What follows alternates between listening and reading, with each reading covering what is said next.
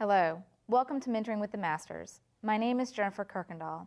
I'm the Third Circuit representative for the Young Lawyers Division Board of Governors. Today I have the pleasure of speaking with Lisa Tipton. Lisa is the owner of Sparkia Creative as well as PR Florida, Inc. Today Lisa is going to be talking about actually developing a marketing plan. So first of all, Lisa, welcome. Thank you for joining us. Thank you very much. So this is your specialty. What do? You're a new lawyer or you've been practicing for a while and you need to grow your business. How do you actually create that marketing plan? Well, as we said in the previous segment, the foundation of any marketing, public relations, or advertising campaign has to be the research. If you've done the research and you've identified the share of the market that you're seeking, that is, the specific clients that you're targeting, and the specific niche that you want to market to those clients, then you're ready to get started. And the most important thing to remember about any sort of communications or marketing campaign is that you don't want to have all your eggs in one basket. You want to diversify your efforts, and you want to have some efforts that are short-term and others that are long-term to see you through certain times when you might not have the time to do the short-term type of, let's say, an event or something like that. So you look ahead at your calendar and you know that June, July, and August are going to be really busy for you. You want to have some things in place that carry you through so that you don't just abruptly drop off with your marketing. And to start, I will say it's very important to analyze where you are. If you're in a very small town or you're in a very large town, because it affects the media markets that you're dealing with. It also affects the ways that people communicate. Very, very small towns are less likely to be using social media like LinkedIn.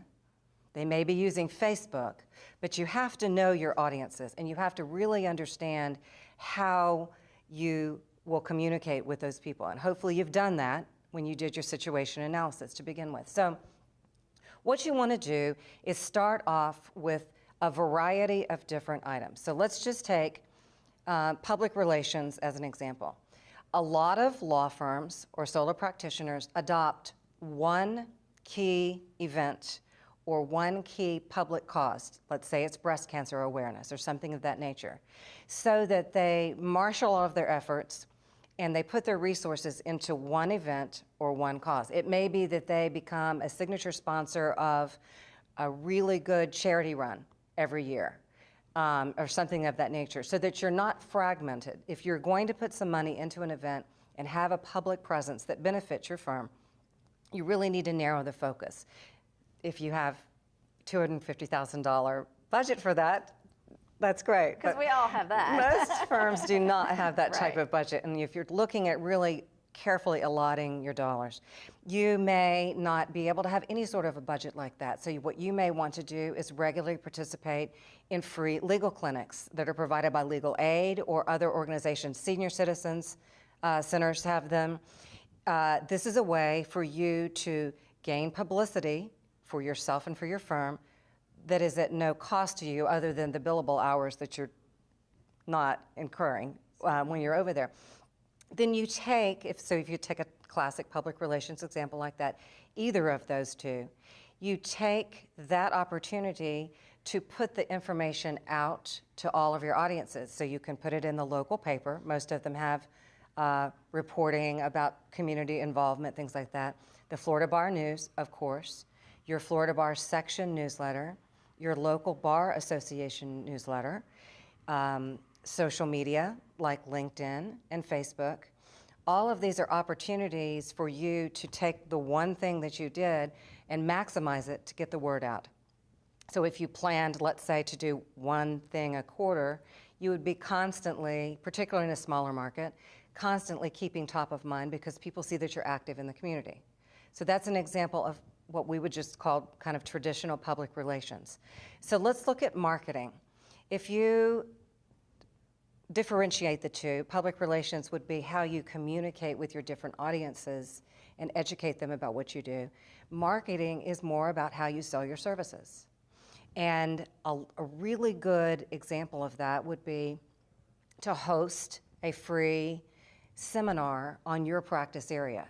So let's say that you are a specialist in elder law or something, a field like that, hosting a seminar and getting the word out in the local paper, maybe through direct mail, and particularly through elder aging organizations, and having people come in for free, talking with them about various aspects of elder law is a very good way to market your firm without a huge amount of cost. Then, if you want to look at another component, advertising. A lot of people stick with the yellow pages, tried and true, but for a lot of practices, that's becoming antiquated. There are so many online services that have listings. Here's a way to get around that. What you want to do is go online to each of the top 30 or so, what we call local directories. They're local listings. This is Dexnose, Yelp, YP, City Search. There are a list of the top 30 of those. And what you want to do is go in and claim your business profile. This is all free, except for the time it takes you to do it. So you want to go to each of those services and submit your business profile, your company logo or your photo, your website information, your hours, your practice areas, and more importantly, make sure that the Google map is correct to how to get to your office. And so for each of the services, the way it works is this. You go on and they say, is this your business? Or would you like to claim your business? Yes. You click it. You fill out all of the fields, all of the information, make it consistent in every single one. At the end of that time, they will say, would you like us to mail you a confirmation code or call you with one? And you click call me. They're going to call your office number, the number that you have provided, to make sure that you're legitimate and someone is not online doing this for you. But the reason why this is important, if you fill out these local listings and they're all consistent, is it bumps you up higher in search engine results without having to pay someone to come in and optimize your website or do an AdWords campaign for you for search engine optimization. So if people go on and they Google you, you will see that these listings all pop up and they're all consistent and they all look right. It's very impressive, and it's a low-cost way to get out there advertising without necessarily paying for, display ads and that sort of thing in the local newspaper. So I hope I've given you some ideas of diverse ways that you can put elements in place to market your firm and to get your name out there. And the key that I want to reiterate is you really don't want to put it all in one place. You want to try as many different avenues as you can, but again, targeted toward the audiences that you're trying to reach in ways that you know those audiences communicate.